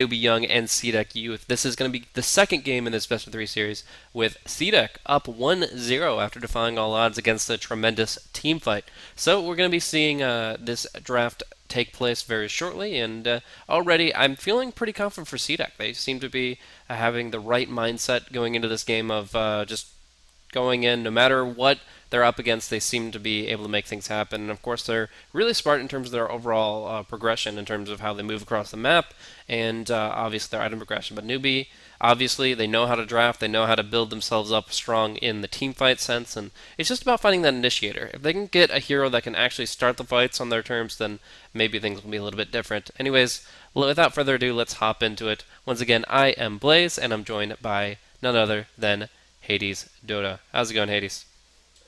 It's all good. It's all good. I mean, that was a really intense game one. It all came down to that one smoke where, yeah, CDEC. I mean, they found it. I don't know how. They just did. Yeah, Blink Daggers is certainly a great way to make that happen, though. I don't think with the Blinks that's such an easy engagement, so that's pretty huge. Yeah, and I mean, here we are. I'm really enjoying the draft so far because CDEC, they definitely have very good picks. The Slaughter and the Bane, so you're not so dependent on the Blink Dagger. You always have to sleep into the Crush, which is really, really good here. And this means the Slaughter will have a much bigger impact thanks to the Bane. These two heroes complement each other very well. The Tusk into the Shadow Fiend, I'm a bit skeptical about that, but we're going to see the other picks. I mean, Dazzle's already been the first ban out, so a NewBee Young, you don't want to have to play against that, or a Huskar. Yeah. And CDEC Youth actually did tap into reserve time a little bit to get their first ban out as well, the Doom, in response to the Dazzle ban. So obviously they weren't sure exactly how this early opener would go, but it seems to have worked out pretty decently for them. Of course, they did have to give up the first pick, Shadow Fiend, banning out the Wyvern there, but getting Slaughter Bane out of it is not bad at all. These heroes bring a lot to the table, and I would say the fact that the Slaughter isn't on the team of the Shadow Fiend is a really good thing for CDEC. They're going to have, however, follow this up with a Lich pick. They banned the Undying, pick up the Lich, and obviously they banned the Darkseer as well. They're really trying to make sure that they don't have to worry too much about the 5-on-5, and just really focus on the lanes where Bane and Lich are the strongest. Yeah, and I feel that actually CDEC, I mean, despite, I mean, their playstyle, it's very similar to most Chinese teams, but the way they draft, I feel it follows the European region a bit more closely, because that's where the Alchemist didn't come in, and actually the Lich, it kind of resembles a bit something like one of the Western teams I can't remember, is it Alliance or OG? I mean, when you have the Lich and the Bane, it actually works really well, and of course, this negative armor from the Shadow Fiend, it's not really going to matter much, especially when you have the Frost armor, so it's not going to be easy to be chipping down heroes. All these heroes are going to be tanky, and if the Ember Spirit coming in, yeah, this is actually really good. Slaughter off lane, Ember. Interesting. So the Ember Spirit doesn't really sync up with the draft as much as everything else I've seen so far. Where do you think the Ember... I mean, obviously he has some good split push potential when he gets his BOTs up. Right now there's limited control in terms of like quick stuns against him. Unless this Tusk has a Blink Dagger, he's probably not going to be pinned down too heavily. But do you see any other strengths in the Ember Spirit here? I think he's just a good carry who, with, you know, once he gets his farm up, he's going to be really, really scary. And I guess, you know, the Searing Chains, it helps to... You can actually start a fight using those Searing Chains like you mentioned before. So I do like how this Ember Spirit comes in just because of the BOTs. It's very different. So CDEC, they're going to try and look to split the map using the Slaughter to create space with the Ember Spirit. So the Slaughter going around, Ember's going to get his farm. NewBee Young will have to be very, very careful. Because right now, they still haven't revealed much on what their game plan is. But they will go for the Wraith King, which is a weird pick. But I think it's decent against the Ember Spirit. No, it's actually something we've seen from NewBee Young a couple times, but most importantly, the synergy between the Wraith King and the Ancient Apparition is really there.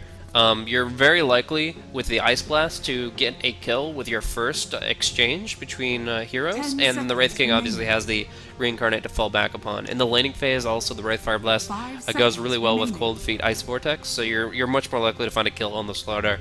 Overall, I think the Wraith King is going to be a pretty strong pick, because he's not as farm dependent as the SF. The SF can focus on stacks, he can focus on flash farming. Wraith King, he can go for fights, go for maybe Midas Blink build, and he's going to be fine to get involved. Again, he has projectile stuns, so Ember Spirit should, for the most part, be able to avoid it unless he gets blinked on, like, right in melee range. And for that reason, I think Ember Spirit's going to be pretty solid here. maybe I prefer Anti-Mage a little bit, but overall it's still it's a really solid kind of hero that can't be really stopped. He's going to be able to Flame Guard against the Ice Blast and Magical Nukes, and yeah, he's just going to be able to withstand everything and keep his distance. Dire team ban. And at the same time, I think Wraith King comes online a bit earlier compared to the Ember Spirit. Dire team. Beastmaster is a pretty good pick. Wow, How so does it fit in? Like, how do they actually run lanes here? Do they have a mid Beastmaster? No, I think you still go with the Beastmaster into the off lane. You put the Slaughter and safe lane of Ember Spirit mid. Okay. Yeah, I guess if you have the Lich sacrificing for you, it's a lot easier to contest that Shadow Fiend. So Ember Lich 10 mid seems seconds possible. remaining. And then you can put Bane Slaughter in the off lane, which can be really annoying for the Ancient Apparition. 5 So yeah, seconds safe. remaining. That could work. Or the, as you said, the off lane Beastmaster solo is fine too. Reserve time. Not really gonna be worried about stacking Ancients too much with an Ember Spirit, since he's not gonna be able to do anything to them for a long time. Whereas with like a Sven, you're gonna boar stack every minute. With an Ember Spirit, you're gonna pretty much just focus on the fights. Right now, they have a lot of great disables: Searing Chains, Multiple Man Crushes, the Nightmare Fiends, and of course the Roar. All of this lockdown, but it's all really just a count of the Shadow Fiend in my mind. All of these heroes could really keep their distance from Shadow Fiend, keep them locked in place, and then hopefully somebody will just put out just enough nukes to finish them off, in spite of maybe like a mechanism. Oh, the counter to the Beastmaster. This Night Stalker pick's gonna screw it up so much. CDEC, I mean... Alright, so the picks currently... Yeah, they have strong lanes, but if they lose fights, Newbee Young can actually push high ground quite easily because of the Shadow Fiend. He's always gonna find that farm no matter what. And CDEC, they don't have good high ground defense at all. And neither are they that good at, breaking towers. It's not really like... Unless maybe the Beastmaster, the Necromonicon units, but otherwise that's about it. Newbee Young, they will have their work cut out trying to fight through this laning phase, and actually it looks like Beastmaster will be the one mid. You called it. Okay, so it's a little bit different. It's a style that we've seen players like Fata in the West run much more commonly than most others. Beastmaster actually was one of the more common mids in the International 1 back in 2011, just because there were so fewer heroes in the pool. And so one thing when I got into Dota 2 originally, I was just transitioning from Han. I practiced a lot of the Han equivalent. I can't even remember his friggin' name now. It was an ice guy, but anyways, and then I played a bunch of Beastmaster mid, and you get the boar to control the rune. You pretty much double up there where you can either deny a rune or pick one up. You get the ancient stacks going, stuff like that. So just like there was a lot of cool stuff you could do with the hero. And he's one of the beefier melee cores. I mean, you can put this strength hero in against a lot of tough matchups and bring a lot to the table. It looks like I'm having trouble connecting back in, so if there's any action, you let me know. Alright, so for now, it looks like the Hawk actually scouted out the smoke, the 5-man smoke from Newbee. They were looking for a pickoff, maybe hoping to try and kill the Ember Spirit or something, but he was doing very well. He didn't even go to the jungle at all, and you can see this Observer Ward already being placed, Sentry Ward used to block up the camp. And yeah, it's just going to be a casual rune going the way of Inflame, it seems. Well, SC, he's going to get himself a bounty at the bottom part of the river. Demons and Ame, they're not going to take the risk, they're just going to wait. Even puts a very defensive Observer Ward just to scout things out. Yeah, so, plenty of control, but as far as laning, the Beastmaster, obviously pretty bottle dependent. As far as his starting items, did he go like Stout Shield in this matchup, or is it just the Tangas in the bottle? Yeah, he went for a Stout Shield as well. Okay. And yep, IC's already there to sacrificing creeps. So Inflame's going to have the creep equilibrium quite in his favor. Shadow Fiend's probably not going to have a good time here because IC, once he hits level 2, he's going to be spamming that Ice Blast continuously at SC, and he's really zoning him out. He foresees the danger, so he bought himself some Tangos and the double bowers. Oh, Inflame doesn't want to be feeding away the pigs to SC. Bottom lane's going to be interesting though. I mean, it's going to be a Wraith King and the Ancient Apparition against the Bane and Ember Spirit. While top lane's going to be June against the Night Stalker. Oh boy, so we're out of commission for a little while, but I think I'm about to connect back in, and then we'll get into the game finally, guys. Sorry about that. Missed the opener, but luckily, I think First Blood's still on the table. Yeah, it's still 0-0, so maybe this is just fate. You're going to wait for Blaze to come back in before First Blood comes. Very, That's always the very best case considerate. scenario. Yeah. Yeah, mean, the players are thinking about casters here, you know, production value.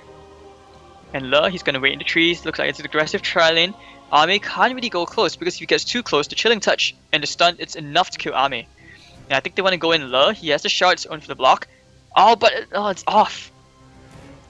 Like you said, just no. I mean, sorry, like I said earlier on, they're just waiting for Blaze to come back in before we get first blood. Awesome, they have done it. Let's go. First blood. Spill it. But no, I'm good. Reset my config, and we are good to go here. Not lagging, not nothing. Hopefully we have a good game on our hands. Only a minute 45, not the worst time to get back into it. A lot of the stuff that we saw in the past 2 minutes is pretty much what you would expect from all these heroes. I mean, Lich sacrificing things, denying experience, denying souls from Shadow Fiend, who has actually only racked up 3 stacks of Necromastery. Only 3 souls through 2 last hits and 1 deny. Really just going to be suppressed and getting a very late bottle. This is just horrible lanes for Newbee. I mean, on the bright side, they did shut down the Ember Spirit quite hard. Oh, they're going here for the shards in the cold feet. Do they get the Wave Fire Blast? Yes, but he's on the wrong side of the shards. Need the damage. They will find him, and actually Wave King will get first blood. Demon's very low. The Chilling Touch doing a lot of damage here. He's low. He can actually get a return kill. Oh, no! Oh, he actually gets it. Puts himself to sleep. He might deny himself. Tusk stayed a little bit too long under tower there. Brain Sap actually going to be trading the hits, and it's going to be 2! They lose the Ember Spirit, but they get 2 in return, and though Ame can't close the distance to bring down MRR, oh, wait, I almost tried. He does have 15 MS in advantage, but you would literally be trying to hit the maximum ring steering chains right outside tower radius to try to kill him.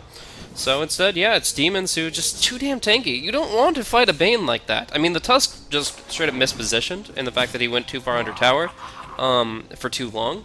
But trying to just focus down the Bane in that position when he has 4 armor, he has the Brain Sap, it was close, but no cigar. The Iron Branches went out, and it becomes 2 for 1 in favor of CDEC.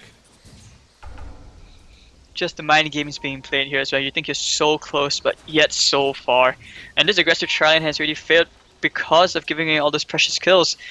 And Ember Spirit, I do believe he got quite a bit of a Cisco, and he's now level 3. This lane has a bit of hope. Yeah, more hope for him. And now Tusk has actually rotated to mid, trying to buy the SF a bit of space, or trying to make his lane a bit easier. Because as CCC, he's just so far behind. He's 8-1 compared to Inflame, who's 19-10. He has a very huge lead over the SF. Alrighty, so Wraith Fire Blast will be coming on an Ember Spirit, no Slight to dodge it, so he's going to be taking some heavy hits here, but there wasn't a Cold Feet or Vortex, so he is going to be just poked back, and with the Clarity coming out immediately for the Wraith King, it seems like they just want to keep using spells to pressure Ame. Well, he has a magic stick, I suppose, so he should be fine usually. And any overextensions, this is where the Lich and the Bane can TP in. Although I see, oh wait, yeah, well, he does have a TP. I thought he didn't have a TP. And the Frost Armor and Inflame, there's no way they're ganking the mid. The mid is just very, very secure. Alrighty, so, I mean, right now, it's still like the Ember Spirit's not getting that much farm, 6-0. He's actually doing worse than Shadow Fiend is on mid. But we're still going to see some big damage coming to SCC, and with the Ice Shard, oh, getting the space, but still the axes as well as the auto attacks will finish off the SF. Nice play from Lei, but it's just insufficient. Now, you're going to go on Ame down bottom. Going to be a Nightmare onto the Ancient Apparition. Still the Cold Feet does trigger. And he's going to have to try to get some space. He's actually going to go for the steering chain. Magic Stick doesn't come out in time, though, and that means he is going down along with the Wraith King. But they do make it a 2 for 1 as Lich TP's down. If only he had gotten the Magic Stick off just before that Wraith Fire Blast, he would have actually survived too. But no, it is going to be the 2 for 1, and they leave the mid to a 1v1 once again. Chilling Touch damage just 2 OP. It's really strong in the beginning. And Ember Spirit is not tanky at all. I mean, it's very low base armor, but yeah, like you mentioned, stick charges. If he had popped it, he probably would have survived and even gotten like a comeback kill. Now, I mean, in Flame, I mean, a solo 1v1 matchup, I think he's actually going to win the Shadow Fiend now because he's level 5 and he has the level 3 board. It's not like the Shadow Fiend can do it unless he raises away the pick. Top lane, actually, we haven't talked about this yet. June, he's actually losing to the Night Stalker because now it's nighttime. He's 28-10 compared to the Slaughter, who's in 20-6. Okay. This comes down to the HP regen on the Night Stalker. Night Stalker right now has 4 natural regen thanks to the Mango, and the hero getting that buff in 6.84. So what it means is that Sauter, whenever he comes to the lane, he's going to be poked at, and just Night Stalker wins out. Poor Man's Shield, is that Poor Man's Shield versus Poor Man's Shield? Yeah, they both have a Poor Man's Shield, just to trade melee hits more effectively. Nightmare off the mark on Radiant's MRR. middle But tower is yeah, under so attack. every time they come to the lane, they're brawling it out. The Night Stalker moves to force him off the lane, voiding, doing anything he can to poke him back.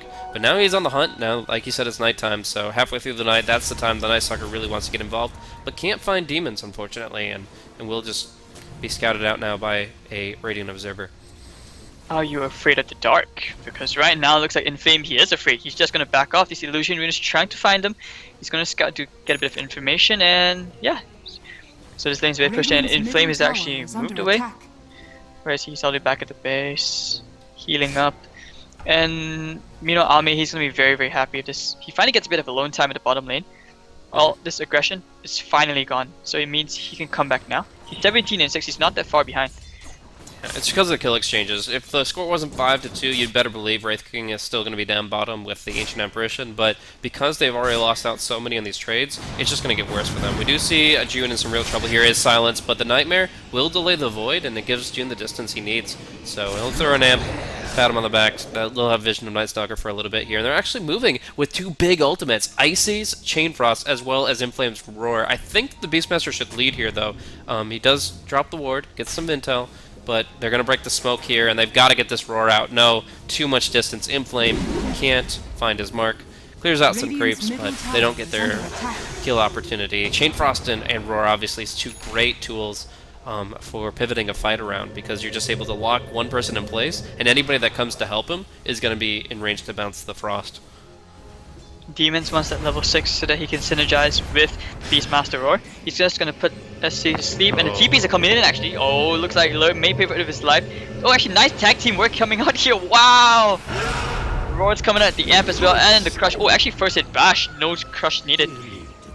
Okay. So Bane gets himself a nice kind of Tusk guard, but he's considerably ahead of the Tusk, he's had no last hits at all. His net worth is so low, and he doesn't even have boots.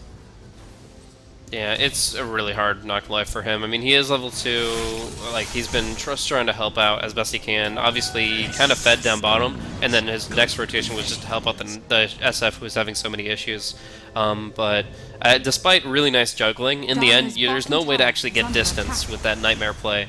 You're always going to be still kind of locked in too long, and those TPs take their effect. I actually love Inflame's movement. As soon as he gets the Invis Rune, he starts moving in to the enemy jungle. The Hawk scouts it, and he's here. But Essential Ward will see him, and they definitely know about him now. They might want to bait him here. And actually, wait, he has backup. Inflame's gonna say hi. Snowball's going down, and the cold feet's gonna come. And here comes the Chain Frost. Unfortunately, it bounces to the hard camp. And meanwhile, MR is just sleeping or waiting at the side. There's such a waste of a Chain Frost. And now here comes the Ray Fire Blast from the side. June's gonna come with Diaja. He still has mana for the Reincarnation, and he's just gonna decide, hey, creeps are more important. So here he goes. Yeah, that was a bad Chain Frost. He definitely should have Chain Frost the SF with the Ancient Apparition Nightmare right next to him. Much higher probability that he gets the bounces to a hero rather than over to the entire swatch of neutral creeps. There is actually like it's extremely likely that it just bounces to the camp. We're actually going to just see a face roar here on SCC. Without any more spells, it doesn't look like it's enough. The boar slow is quite significant, though. Demons, unable to do enough there. And SCC drops the Requiem before going down. He will fall, but at what cost? We see Bane and Lich both going down as the Requiem and a half breaks through. Dire's bottom tower is Ami under might attack. die here. He has a Remnant back. Yeah, just barely gets it before the crippling takes effect. June, 1,000 more go to his Blink Dagger. Oh, Midas already up for Jiaja, so that economy factor I was talking about, where the SF wants to farm the stacks, the creeps, the waves. It's going to be a Wraith King that gets more value mostly just through his Midas. Obviously getting himself a faster level 16 and just overall reliable gold progression. Bottom lane, they do find a Night Stalker. He does get the Crippling Silence on Demons, but the Searing Chains and the Flame Guards is level 4, so he might find something here, but Demon has the Fiend Pip. He's gonna use it. Yep, he's gonna use it in love. Very nicely done. And Ice Blast actually connects on 2. Ami might die here. Actually, maybe not. It's gonna expire. He's gonna be fine. Nah, he's very healthy here. The Flame Guard level 4 is just plenty to withstand all the damage they throw out against him. And the Fog of War really hurt them there. They couldn't find their target in the tree line. So they just end up losing. Radiant's I'm middle assuming that, tower yeah, the is Tusk under definitely attack. died there. He's just level 3 is such a fast respawn that you blink and he's back. But Dire's still, bottom that's tower just more is under gold attack. going in. It might be another kill. Nightmare connects, and they will just chain him up for another kill. It's going to be TP in from the Shadow Fiend. Maybe not the place you want to TP into. Cancels it as the Tusk dies for the 5th time this game. It's an 11.5-minute game, and this guy has died 5 times. Unfortunate game to be a Tusk, and I think it's just the way the draft works. Newbee definitely outdrafted in terms of the supports, because you can't get a Tusk out to trade hits. It's not the way the hero works compared to a Bane. He's all about momentum, and right now he has none of it. He ended up being one of the first kills in the game, and SCC that's closed dead. in on hard. TPs mean nothing. They will just die to the crushes if they keep going. Chain Frost bounces around onto Jia Jia, Oh, the Reincarnate. Gonna be forced out, and Night Stalker gonna be going down too. Oh, this is a disaster. This might be one of the fastest games in Starladder I-League if it keeps on going at this pace. They're just absolutely destroying CDEC. It's 14-4. That was actually the best case scenario for a Chain Frost. The creeps were so low already. So he killed all the creeps and got the full Chain Frost to bounce off. That was just amazing, and just from that, he's probably going to get his Necro 2 very soon on Inflame. And he gets the rune at the same time, so they can keep on pushing if they want. Yeah, I just feel like CDEC Youth obviously drafted very convincingly for their lanes, and Newbee Young kind of ignored that. Like, the Bane, the Lich are lane winners, and Newbee Young don't have a single hero like that. The Night Stalker wasn't too bad. Hell, the Night Stalker, or sorry, the Wraith King normally, under normal circumstances, will do fine in his lane, but here they couldn't get enough done, and we have now a 4-1-7 KDA on Lich. I mean, usually you say, oh well, Chain Frost is a long cooldown at level 1.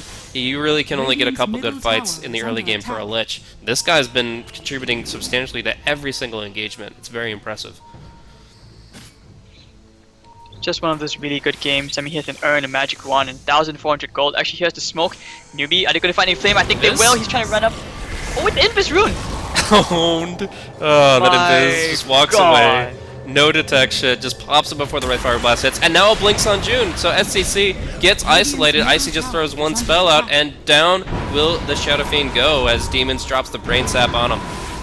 June drops up low, but now we have the Searing Chains onto 2, and Inflame can just roar a single target as they go in forward. It's going to be a silence onto Ame. He's going to be taking some major damage, but Nightmare defensively to reset it. As a snowball goes through on Inflame, a really nice snowball from Lei, but all they can do is run and let their Night Stalker die. In fact, MRR almost dead to a boar alone. The Chain Frost onto Lei, just for good measure. It's a triple kill for the Bane, and the Ice Blast might not even be enough to kill Inflame. No, he is very healthy here. Needs to drop down to 113 health, and he's got 100 to spare. So that's going to be him earned up, bottling up, and going for the tier 2 in mid. There's nothing that can stop them at this point in the game. Jia Jia needs time to come online, and joining them in this fight, forcing these fights is just not a good idea at all. And just from this right now, CDEC, they will just take Roshan with the amplified damage and the Necro unit plus the boards. It should be pretty easy. And Ame, with no farm now with the BOTs, he's 62 and 8. His net worth, he's actually climbing to the top very, very slowly. He's just a bit behind the Beastmaster. And Jia Jia wants to go in. Nice Ice Blast coming into the pit here. June's going to be actually dodging that one out just narrowly, but still dying because of Sprint. Taking a lot of damage here. It's a big kill to take. If they could snatch this Roshan, Ame will isolate Night Stalker though, and now during the night he's not able to take advantage of it. Ame goes for the TP back to Remnant back in. They'll lose the Roche, they'll lose the Aegis, but they might take the fight in the end. The Roar comes out on Lei. Where's that Ember? There he is, dropping all his spells. And actually Jia Jia is somehow up on a cliff thanks to the Roar from the Beastmaster. So they broke the Aegis. Tusk, the one who doesn't have any gold, is buying back to try to salvage this situation, but they'll just walk away.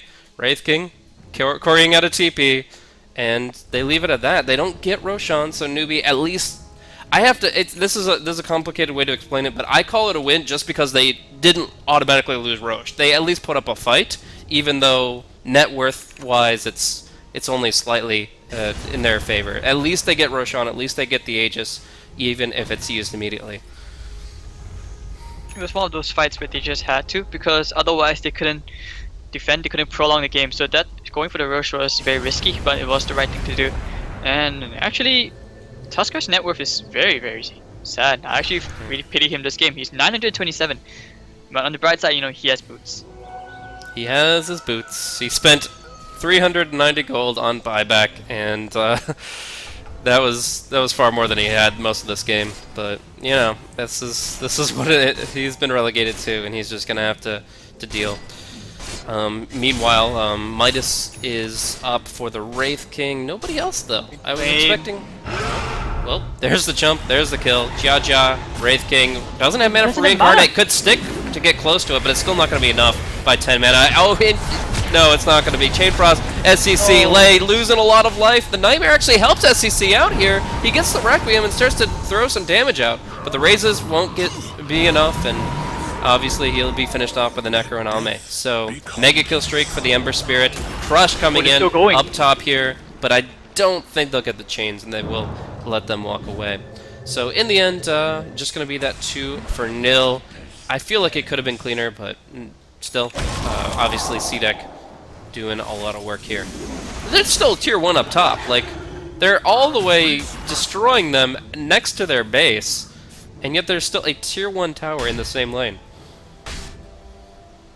CDEC, this is where the lineup really peaks the most. So they're just snowballing as hard as they can, and I think they should, because otherwise if they drag this to the late, it's going to be very troublesome. But Jia just really unfortunate. Really great, you know, usage of the Necro Books to burn all his mana. He was so desperate for the mana, he stayed on Intel Treads and popped all the one charges. And now Armin, like I said, you know, that BOTs where he splits the map, this is it. He doesn't even need to worry about space enough for farm, because Jia, at the cost of reducing the Ember's farm, which he did, now he himself is just so far behind. He's finally making his way towards a Blade Mail, but... And that's a dead Shadow Fiend if I've ever seen one. Blink Crush, easy peasy. Frost Blast. He does actually get some reinforcements. Mechanism as well. They don't actually fully commit. Snowball! Oh, Lei does. Lei fully commits. Lei gets roared. Lei gets killed. And the BOTs from Ame, now they're ready to try to kill off anybody else. But the Hunter of the Night moves swiftly, and he'll swiftly skedaddle back to base. Okay, that was probably a bad D-ward though. 3 seconds for the Blink Crush, but he'll be okay.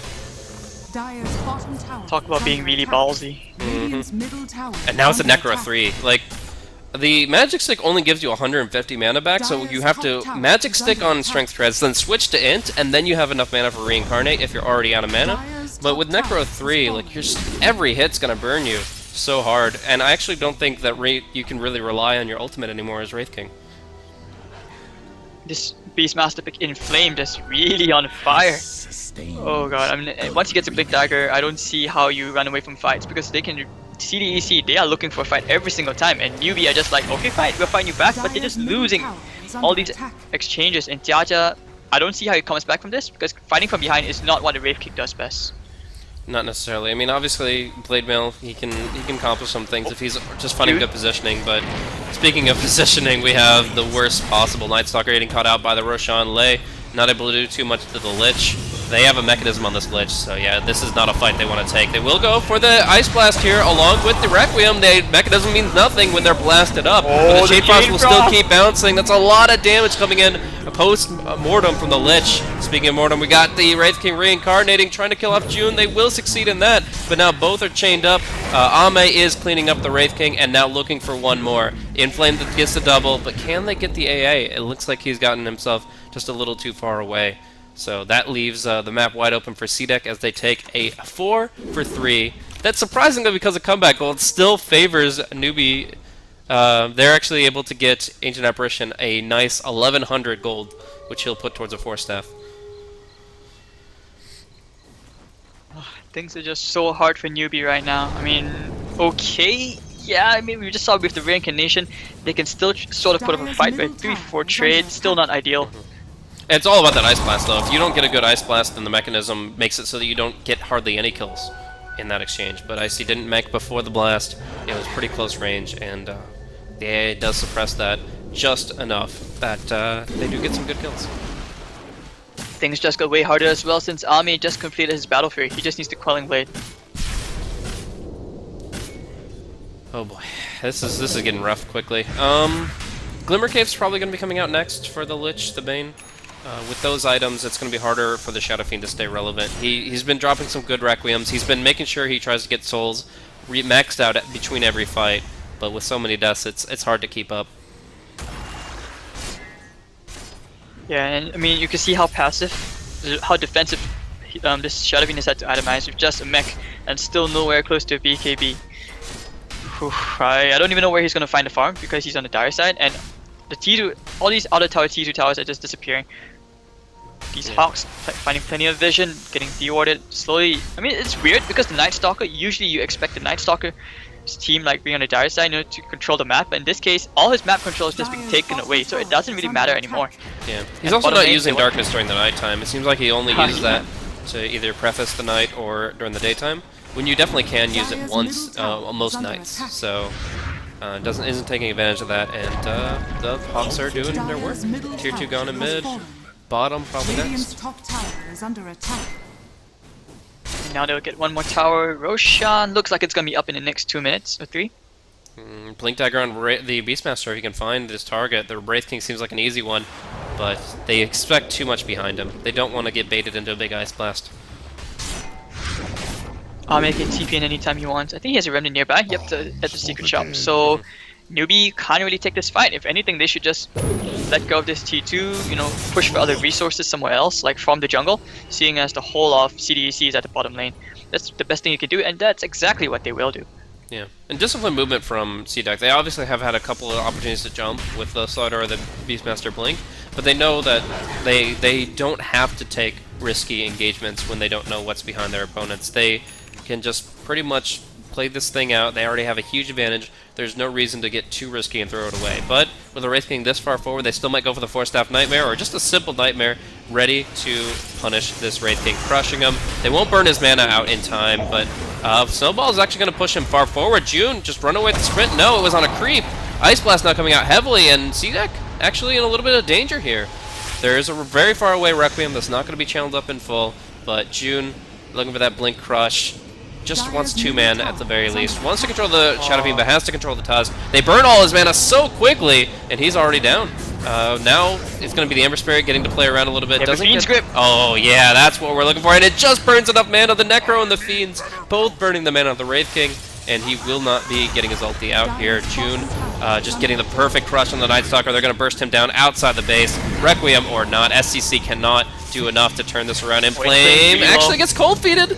Almost enough, but just insufficient. The Ice Blast comes through, and there's the Chain Frost as well. They're diving deep. Jaja's here with the buyback, trying to get at least one more rebuttal kill, but he gets roared up. Icy, will he survive the tower hit? He does, but he's going to have to run past the next tower and get hit by the Snowball Punch. It is going to be Tusk to claim the life of the Lich. That's going to be a 642 gold bounty for him. So, all said and done, a buyback on the Wraith King. 3 others dead, just for 2 heroes, and yet a couple of these guys are profiting. The Wraith King and the Tusk both coming up positive, just still holding. As we see Bracer Gaming come out from Lei. That's the true desperation mode. You just buy as many bracers as possible just to live through a fight. Game is just hard. I mean, he's so far behind all the supports, even the off lane. I mean, you see the Night Stalker, he had a solo lane, but you compare him to the Slaughter, the Slaughter's had a much bigger impact. Now, he finally gets to farm a bit between the medium camp and the hard camp. Man, I don't even know how Newbee can come back at this point, unless maybe the Wraith King gets like that Radiance. But yeah, his mana pool is giving him pretty big issues too. I mean, we just saw the Fiend script, the Necro units. He doesn't even have a second life anymore. It should be considered a non-factor soon. Until he gets to BKB. Oh yeah, that's true. But he's still very far away from that. I mean, he can get the Mytho Hammer soon, but he still needs like at least a good 2 minutes to complete the BKB if he gets free farm in the jungle. Yeah. So the Fiend's Grip is percent-based mana drain, and it does pierce through BKB. So you are going to be looking at about, if the full channel comes out, a 50% reduction in Wraith King's current mana pool. And that obviously means that they just have to prevent a max Fiend's Grip coming out. They have to find a way to interrupt that, because otherwise Wraith King, even with a BKB, might not be able to come back a second time. Shadow Fiend has... I realize he's had a very quiet game. It's not like he can do anything, and he's really underfarmed for a Shadow Fiend. But that's because, you know, CDEC, they've been controlling the map really well. Ice Blast is going to come in, it's going to scout Roshan, but can they do anything about it? That's the question. Unlikely. Night Stalker going for Vlad's, hoping to keep the team alive. And Ame just doing his thing with the Remnant, obviously back. They're gonna actually snowball into the pit here. They get the Ice Shard vision, but LA is all by himself, hanging out with Roshan and 4 enemy heroes. Yep, Radiant get the Roshan, Slaughter gets the Aegis, and that's about it. I don't know. They really wanted to try to go for a cool play, just some big play to change their sorry state of affairs, but it's just not happening. Right now it's 33 to 11. Drastic net worth favorability for CDEC here as they approach 20k. And Ame on a Crystal already. I don't see Newbee coming back from this because once they break the high ground, especially if this Aegis, it's pretty much GG. They're just too far behind, and the gold graph is approaching 20,000 for advantage of CDEC. I mean, there's always the comeback, but at the same time, this is a really rough position, and it could just be an enfeeble for now. I mean, the Wraith King doesn't hit that hard, so taking away any bonus damage is going to be very frustrating for him. But they're just poking, they're not committing anything right now. Just bring in Wraith King really, really low, trying to get that first Reincarnate out for free. But Ame, because he gets the crit, yes he does! Or just slices and dices enough to, even without the crit, get the kill. And they'll just wait it out. Now the Ice Blast is gone, they can just mech after this and go right to the high ground. There's no Ice Blast! Oh, MRR! He showed his hand too early, and now there's no way they can repel CDEC. SCC is going to get roared if he tries to Requiem in a good position. And this is just an opening, but only for 10 seconds. One more creep wave, and they've already cleared out all the creeps. It actually is okay. I really thought they were just going to take the tier 3 with that Ice Blast being used, but they're actually going to have to wait for their next mech to feel fully confident. And even then, you know, it's only a level 1 Ice Blast, it's not level 2 yet. He's not going to get that level 2 even after this creep wave is done. Well, hits an Aegis is fine. Oh my god, again, he's going to screw it up again! Oh, this is brutal. Oh man. The Ice Blast not going to connect at all, and this is a great opportunity for CDEC just to walk in, pop the Necros, and commit fully to this next creep wave. This is basically the ancient apparition say, hey, raise the creeps, and maybe in 30 seconds I can try again. No, he's going to get crushed here. Going to go in on SCC, hardcore. There's going to be a stun on June, but again, he has that Aegis. Nice little snowball to help out the Shadow Fiend. The Night Stalker's going to eat the Chain Frost, bouncing around to the creep wave this time, but SCC gripped and killed off. Wraith King still plenty of mana to work with, but no Reincarnate for 70 seconds. Crush ×2 onto the Night Stalker, killing him off, and that, with the Tusk Death, might just be it. We're going to see him snowball a last hurrah. Almost kills the Lich, but no siree. He's going to be okay, and they're going to take the tier 3. Glyphing it will only delay it. The Ice Blast won't even do enough by itself. It's got to be the Wraith King on top that goes in for the final play. Blinking in, trying to kill off one hero here, but no. Their bottom lane of Rex is gone, and they will have to draw the line at the middle lane. Yeah, this is GG. Unless, you know, CDEC pull off like the biggest 3-2-2 of their life, this is not happening anytime soon. Well, staggered disengage is one way to make that happen, but it looks like they're going to be okay. I mean, Ame could actually... CDEC would have to lose like at least 3 more team fights just for Newbee to be back in this game. Bane has a Blink Dagger. Ember has a Daedalus. Hell, even the Lich has a Hood of Defiance. Once he gets Pipe, like, there's no way you get damage. All the supports in CDEC are just so rich that both of them are twice the net worth of the supports on Newbee's side. Oh, man. This is rough. I mean, obviously the Tusk is the one that has been hurting the most this game. He actually got himself back pretty heavily with like 1 kill and a couple assists earlier, but it still is dwarfed by what the Radiant are bringing, what CDEC have. Now, 8,400 net worth brings the Lich to a pipe, and at that point, you nullify everything. There's just no damage coming out from anybody on Newbee. Your Shadow Fiend's Requiem of Souls pretty much just tickle the whole of CDEC right now. The Ice Blast as well, it's still level 1, has no impact. And on top of that, you've got Enfeeble to reduce the physical damage they're putting out. So with Mech, Pipe, and all that together, they can go in with or without Aegis. But June just jumps in with. GG fight. Yeah, this very well might be. Wraith King going to be ignored for the now. Pops the Blade Mail, gets roared up. Still actually losing a lot of mana. Might lose his life. The Chain Frost bounces back and kills him off. He's going to have to buy back here. SCC pop the BKB, not going to be enough to survive. Lei will be killed off in the backline to a great crit from Ame. No, he walks away just barely. And now it's going to be Wraith King going in hard on Ame. Can they bring him down? No, he'll jump around, he'll disengage, and he'll be fine. Oh man, it's going to be Shadow Fiend coming back in, not getting crushed by Junis. A nice Wraithfire Blast onto the Slaughter as he has to fall back as well, but Ame's back in. He's got a DD rune still, and he is looking for some blood to spill. We do see Wraith King cut out here a little bit. He's caught inside the Nightmare, and this is obviously a dieback for him if he does go down. Big crush from June, 3-man, doing a lot of damage, but Ame's out of gas. He's going to try to TP away, actually gets hit by the Wraithfire Blast, and now going to be having to force staff away, blinking home as he slides on the high ground. They can't finish him off. Actually going to be a crush onto Wraith King, who can't come back. The Lord of the Undead is down, and that is the GG as Newbee have been absolutely stomped on in this game. 41-12. CDEC Dire's middle tower is under attack. are just able to obliterate them. That is, I mean, the first game was insanely close. Very high strategic plays from both sides. But this one really just came down to momentum. The laning phase was so strong for CDEC Youth, and they were able to barrel down a 2-0 victory here in the lower bracket semifinal. Inflame and Lich, that mid lane pretty much won them the whole game. CDEC's, Inflame, I mean, the way he just went on the Wraith King every single time, he had such low impact. The Night Stalker as well really had nothing. I think maybe another hero like a Clockwork or something would have been better. Just any other hero but the Night Stalker, because I didn't even realize he was in the game at all. I mean, you can see negative 1.4 in the fantasy points. He's 0 and 9. And the Tuskar as well, like you mentioned, you need momentum, but he's 1 and 13.